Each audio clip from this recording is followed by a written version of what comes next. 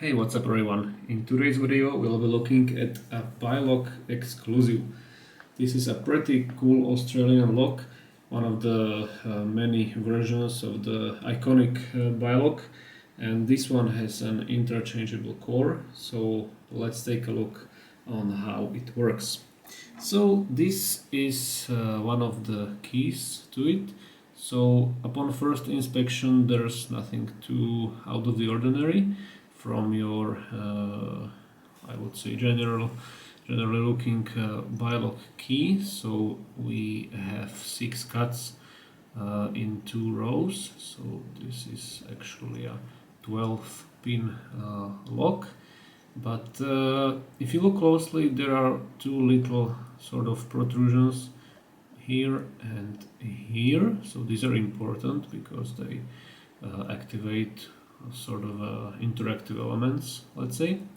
But what's more important is that this is actually the control key, because this BiLock also has an operating key, and the difference is of course in bitting. So you can probably tell, for example, here at position 5 there's a max lift, and here at position 5 there's like a mid or low mid lift. So we will see what are the implications for this. So these are our keys. This is the housing, that's almost like an Scandi oval, but not really. And inside we can see multiple milled channels around the plug, and also some of channels go like parallel to the housing, so that will be important as well. And of course we have 2 sidebar channels located at 3 and 9 o'clock positions. Okay, so there's the BiLock housing. This is our plug. So as I mentioned, there are 6 pins on each side. This is a driverless lock, so we only have key pins in here. We have 2 sidebar channels on both sides, or slots rather, and this is actually, I think, anti-drill steel insert located on first 2 positions on each side, and this is a typical BiLock face with the typical keyway with this little central post in the middle. And here are the 2 active elements I mentioned. So these are actually sprung, and now that I talk about them I can show how they work as soon as I get some focus. So if you look closely, you can see that this element is actually a rod that goes through here, and there on that rod there is sort of a through gate that gets exposed if I push it into certain depth, like in here. And that's important because sidebar interacts with this rod as well. Well, we can talk about sidebar, I guess, now that I mentioned it. So this sidebar is actually not sprung, or it is sprung but not because of springs, but there is like this metal spring steel insert that provides the springiness to the sidebar. Let's take a look how it looks. So obviously we have 6 pins, so there are 6 these prongs on the sidebar, but more importantly we also have these spherical shaped protrusions in here and here, and these are actually very important because these actually decide if you will be able to pull the core out or not. And soon enough I will show you how does that work.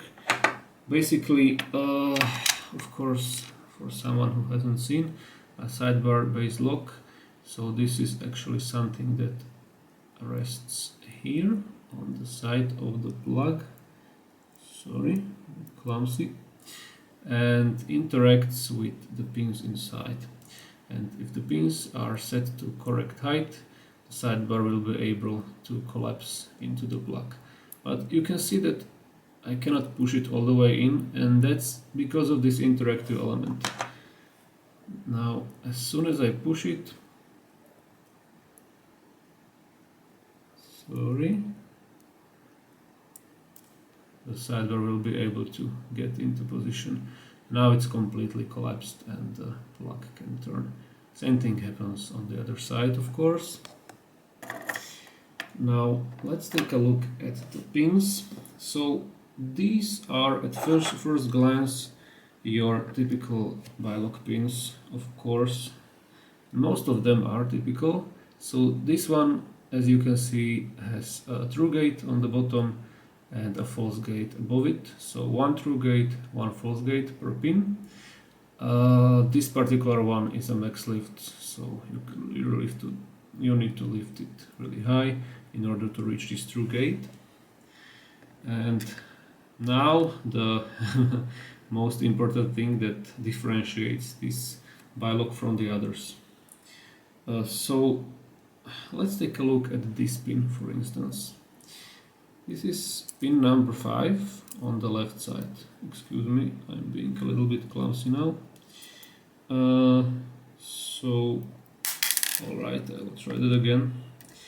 This pin has 2 true gates, but it's not really mastering, because one of these true gates, the one that is on the top, is actually deeper, and the one that is on the bottom is shallower, of course. And that's the important thing, where the control and operating keys come into play. So let's take a look at our key. This is, as I mentioned, position 5 on the left side. So the operating key has a max cut on the position 5. So it lifts our pin to the max height and it reaches the shallower true gate, whereas the control key only has this little cut on position 5, so that it lifts this pin to the deeper false gate, true gate, sorry. And what does this mean? The idea behind it is that these sidebars can sink into the plug either just a little bit, so the plug can turn and it doesn't get blocked by anything, or they can sink even deeper, so that even these spherical protrusions are actually flush with the plug, because these spherical protrusions are the thing that prevents us from extracting the core out if we use only the control key, right? So there are actually channels milled for these 2 spherical protrusions, and if the sidebar doesn't sink deep enough, the plug can only turn like this. You can only rotate the plug. But if you use the control key, the whole sidebar sinks even deeper, and these 2 spherical things no longer prevent you from pulling the core out. I hope I made it clear, at least a little bit, because it's a really neat system. And yeah, that's basically how BiLock does changing the core in this particular model. Okay, so picking this lock, probably the thing that's more important for us lock pickers. Well, basically it's really not that different from other BiLocks in that it acts really tapered. Luckily enough, the sides isolate, so first you pick one and then you pick the other side. These interactive elements I showed you really tend to act tapered as well, so it's good to check them multiple times. This BiLock also kinda responds to not only jiggle test, but also to sort of a clicky test, I would say. And that means that if you scrub, that's not a word. If you scrub your pick under a pin really gently, you will hear, and you hear a clicky sound. It probably means that you have set the pin correctly or it's not binding it. But if you don't get any sound, it's either binding or it's overset. So it's kind of similar like in medical, and it's just something I observed as I was picking this particular one. So you can also use sound to listen for binding. You can run your pick across a whole pin stack and you will hear that something sounds different or doesn't make a sound at all. So you should check that pin if it's not binding or if it's not overset. So that's basically one observation. Other than that, as I mentioned, the lock acts tapered, so that's to be expected with BiLocks. And yeah, I'm not sure if there's any method how to differentiate between the operating and control lift height. Actually, I probably would need a lot of luck if I did not have the keys to hit them. Also in this lock it's kind of easy to overset the min lifts or the zero lifts. So I used this Moki hook with the flat top for most of the picking, but if there was a high lift or max lift behind the min lift, I used this one. A good thing about the BiLock is that you can sort of, if you are trying to reach a max lift in the back and you have some min lifts in front of it, you don't have to go like this, right? But you can sort of insert your pick horizontally and then twist it, and you can reach comfortably the last pin. So probably you know this trick, but it's good to be aware that you can do something like this. Alright guys, so sorry if I rambled too long, but I really liked the mechanism in this lock, so I wanted to talk about it a little bit more. So I think it's about time we got it picked, right? Alright, here we go. Key works. So we will go clockwise this time and start on the right side because that one binds first. So let's go. One is pretty loose, so it's 2 and 3. Something out of 4. Something out of 3. Nothing out of 5. And nothing out of 6. Okay. Oh, something out of 3. Level co-rotation. 5 is good, and then I click on 6, I believe. And more co-rotation. 1 is good. 2 is a little binding, but gave me a nice click. And 1 a nice click as well. Okay, so 1 feels and also sounds pretty loose. So that's 2, 3, 4 and 5, and 6 is binding, but since it's a really high lift behind a min lift, I will use this deeper hook, and I need to position myself so that I don't overset 5.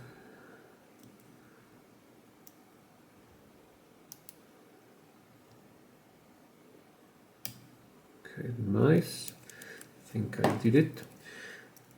More co-rotation, and I believe that right side should be fine. So let's move to the left side. I will increase tension a little bit because I know that this side doesn't really give much feedback as you start working on it. So little clicks out of 4 and 5. 1 and 2 are loose, so it's 3. Okay. I will just go through these pins once again and try to hit the interactives now. Okay, they are binding a little, they don't even spring back, but I think they will need to be set again. 3, 4, 5. Really tiny little clicks, super small feedback all over the place. Okay, I think 6 starts to feel a bit like it's resisting, so 2 as well. Okay, so I'm getting a little bit more feedback now, but I'm still sort of going through all those pins and trying to avoid oversetting anything as best as I can. I'll just check these interactives. Okay, maybe a little something out of the left one. Okay, oh, now 2 is binding actually pretty hard, and I don't think I can set it without doing a little manual counter rotation. Okay, so there's the click, but I can see that the left interactive dropped. So I set it back, and let's check everything else. Okay, one more check, and I increased tension just a little bit again. 4 and 5 seem to be in place. Interactive pins as well, I think. Okay, little movement after touching 4 now. Checking the interactives. Let me grab this deeper hook again, because 6 is very high lift. Okay, and that did the trick actually, so nice. And now it's the moment of truth. I believe I got it to control, but we need to pull this core out actually to make sure it's really picked to control. So I will try to pry it out a little. It's the best way I came up with.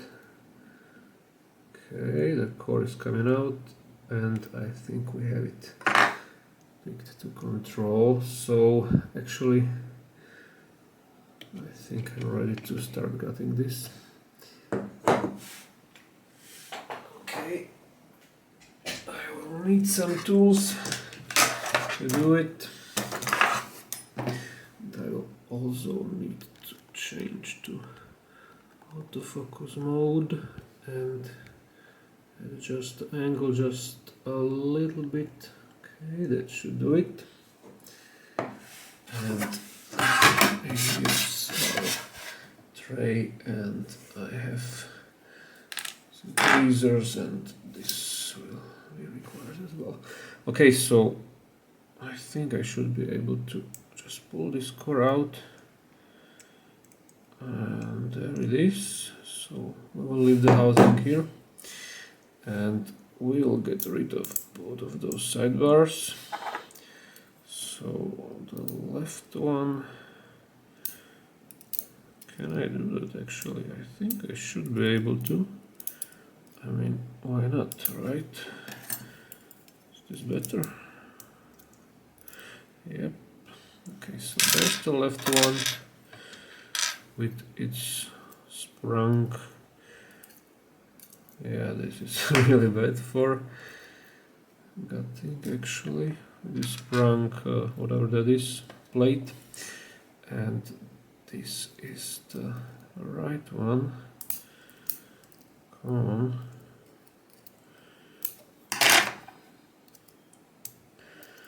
Sorry, this takes a bit longer than I expected.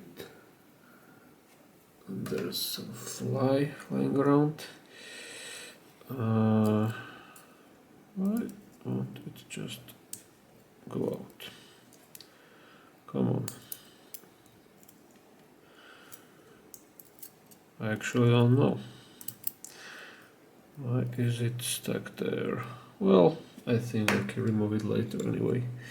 Okay, so gently I will try to remove this top plate.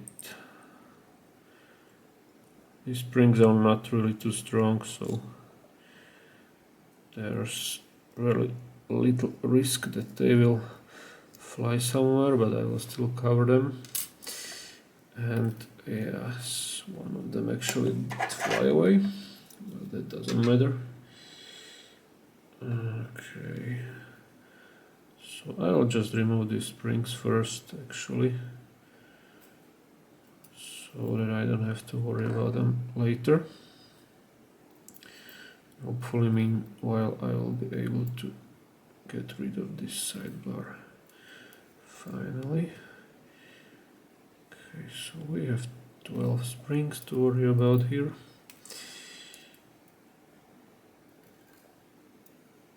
Okay.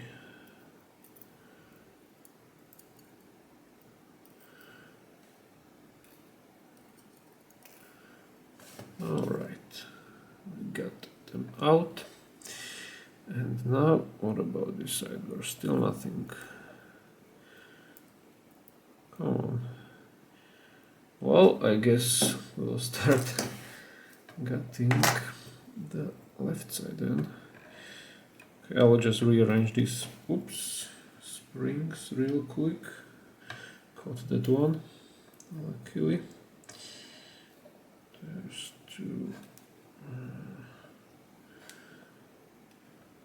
Maybe it won't be that quick.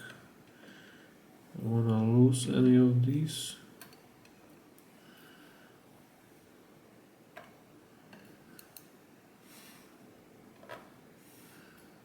Alright, that should do it.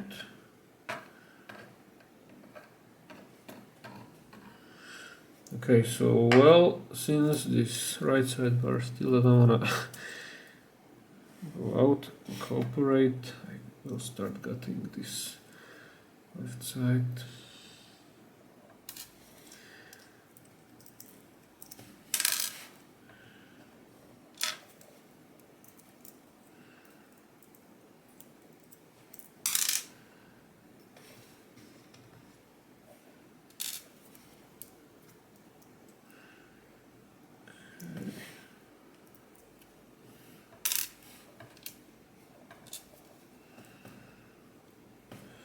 Five.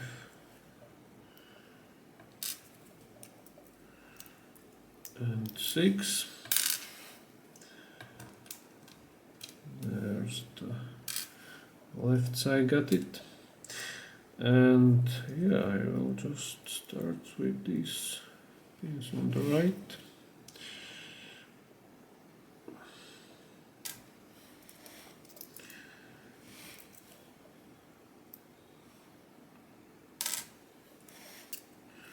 I think the sidebar wants to go, maybe not, I don't know. Okay, this one goes here, and the spring goes here. Alright, there's 4, 5,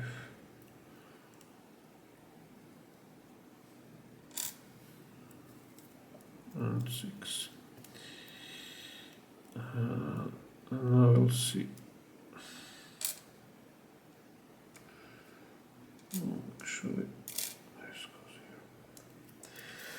here. And I would really like to remove this. Why it does not cooperate? Like, I don't understand what kind of force is holding the sidebar in there. I don't really want to pry this off. Okay, I think it's finally loose. Perfect. Okay. Well, I think we have the whole thing gutted now. So I will give you a quick close-up on the elements. So there's the pins, sidebars, and the core. The rest of the housing, I'm pretty sure.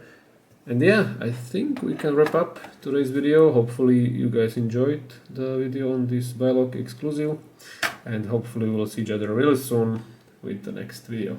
Until then, have a nice day and bye.